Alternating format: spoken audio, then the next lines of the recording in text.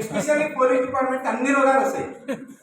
ఎందుకు అని చెప్పాలంటే టైం టు టైం భూ ఉండదు, నీళ్ళు ఉండవు, భూ ఉండదు, నీళ్ళు ఉండవు, ఏముండవు. బయటికి పోతే ఇచ్చేటోళ్ళు కూడా ఉండదు. ఏదో భయం పెద్దటే ఇస్తారేమో అని తర్వాత ఇచ్చిన తర్వాత తీసుకుంటుంది. దానివల్ల ఏమైందని చెప్పాలంటే రోగాలు వచ్చినాయి. దానివల్ల అన్ని రోగాలు వచ్చినాయి. రోగాలు వచ్చిన తర్వాత మా పాప, చిన్న పాప, దేవుడికి మేము పుణ్యం చేసుకున్నామో పాపం చేసుకున్నామో మాకైతే తెలియదు. చిన్న పాపకి మోకాల నొప్పులు, కీళ్ళ నొప్పులు, అన్ని నొప్పులుగా హైదరాబాద్లో పార్లమెంట్ అని చెప్పి ఒక హాస్పిటల్ ఉంటుంది. ఆడికి పోతే 1,00,000 మందిలో వచ్చే ఒకటే ఒక రోగం మీ పాపకు వచ్చింది అని అన్నాను. అలాంటప్పుడు మన పరిస్థితి ఏది సార్? ఒక్కసారి ఆలోచించారు అందరు. ఈరోజు మేము ఇంటింటికి పోయి తిరిగి అడిగితే దీంట్లో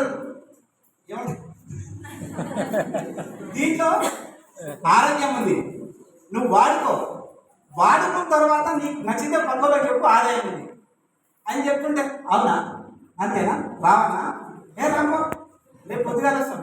ఫోన్ చేసినా మనకు ఇంకా అయిపోయా స్విచ్ ఆఫ్. ఇంటికి పోతే రావనా సార్, 5 నిమిషాలు సార్ వస్తున్నాను, వాడి పోకపోతే వచ్చేసాను.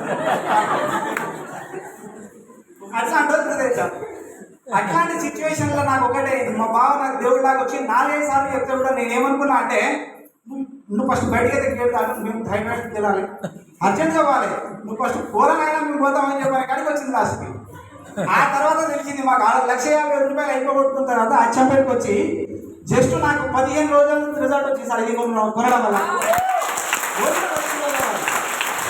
ఆడనేమో 1,00,000 మందిలో వచ్చే ఒక రోగం మీ పాపకు వచ్చిందని చెప్పని ఆ డాక్టర్ భయపెట్టిస్తే, ఈయన మాకు వెస్టేజ్ పుణ్యమా అని చెప్పని 15 రోజుల్లో రిజల్ట్ వచ్చింది. అప్పుడు గుండెకి ధైర్యం చెప్పుకొని మాకు మేముగా నువ్వు ఫస్ట్ నడు, నీ ఎంత నేనున్నా మా మేడం అని చెప్పి సంవత్సరాల రోజులు ఆమెను ముందు నడిపించి, ఇప్పుడు నేను ఒకసారి 350 పోతే దీని వాల్యూ అయింది. నేను చేసే ఉద్యోగంలో ఏముంది, ఆడ ఓన్లీ జీతం మాత్రమే ఉంది, జీవితం లేదు అని చెప్పని తెలుసుకోవడం జరిగింది. ఆ తర్వాత దీనికి ఇప్పుడు దగ్గర ఒక 4-5 months నుంచి ఫుల్ఫిల్ చేస్తున్నాం. గురువు గారు ఒకటే మాట అన్నాడు, ఆకలి ఉన్నట్టుగా చెయ్యి, ఆకలి లేనట్టుగా చెయ్యకు అని చెప్పారు. ఆ రోజు నుంచి ఫుల్ఫిల్గా ఫ్లెక్సిబుల్గా చేస్తున్నాం. యూనిఫామ్ ఉంటే కూడా యూనిఫామ్ ఉద్యోగం నుంచి పెట్టుకొని చూస్తాం.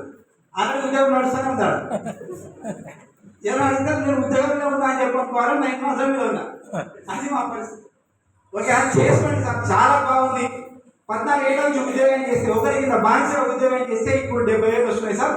ఇక ఆడుతూ పాడుతూ చేసుకుంటే 45,000 వస్తున్నాయి సార్.